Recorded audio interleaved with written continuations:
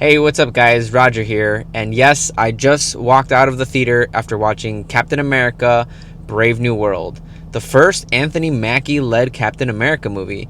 And guys, I gotta give you my initial thoughts because boy, do I have some for this movie. First and foremost, I just gotta say, this movie is fine. It's okay. There's nothing horrible about it. There's nothing great about it. It honestly feels like subpar Marvel, and I really hate to say that because Anthony Mackie is a great actor. I really loved him, like his role so far in the MCU, and honestly, I kind of love him as Captain America. I think he's done a lot of great things from the Falcon and Winter Soldier all the way up to this point.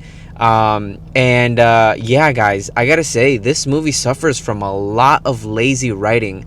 I really feel that the story is just too convoluted. I feel like they really try to do too much in this movie in a slightly less than 2-hour runtime. And so it kind of just feels like this film is just, there's too much going on. There's too many storylines. The pace is like just relentless and you're just going from this to this to this. And while sometimes that works for some movies, in this film, when there's many moments where you try to bring emotion or you kind of try to slow down the tone to just kind of have a serious moment, it kind of just feels slightly cut off and like we got to go on to the next thing.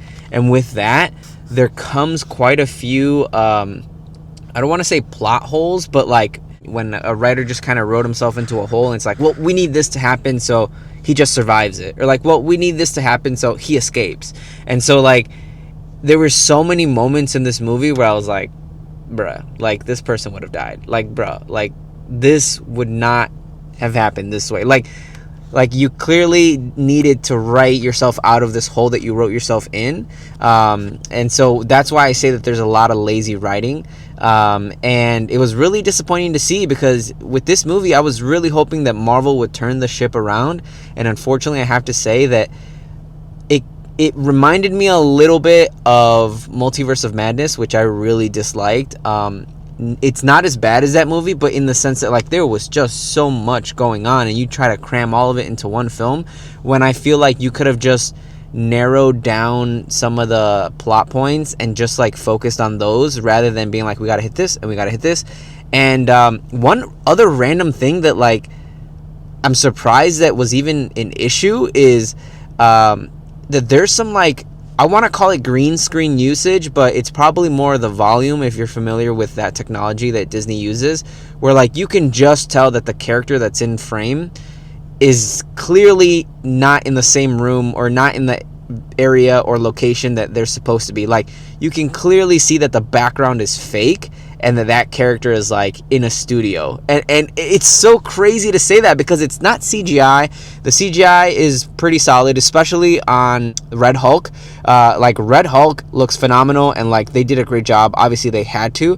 There are a few moments of CGI where you're like, okay, yeah, we can tell that's like a CGI model flying through the air, but other than that, like there are quite a few, like probably more than a handful of moments where I'm like, dude, this person is clearly sitting in front of like a green screen or like the volume stage, and like it's a fake background. And the fact that I can notice that on like a high budget Marvel movie, that's not good. So that's one major thing that I was shocked that was like, oh geez.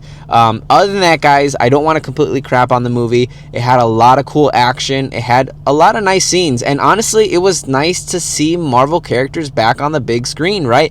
Seeing Sam Wilson, seeing some other characters that make, I would say, surprise appearances, were a few cameos were in there, and like I really liked it. Other than that, I will have to say, Harrison Ford as Thunderbolt Ross, like, was kind of hard to like stomach at first. I'm like, dude, he just looks like Harrison Ford. Like, it's kind of hard to like just like fill him in as Thunderbolt Ross. But other than that, guys, yeah, I was pretty disappointed in the movie. It's not horrible. It's stomachable. It's not as bad as Multiverse of Madness or Thor: Love and Thunder. Like, it really isn't.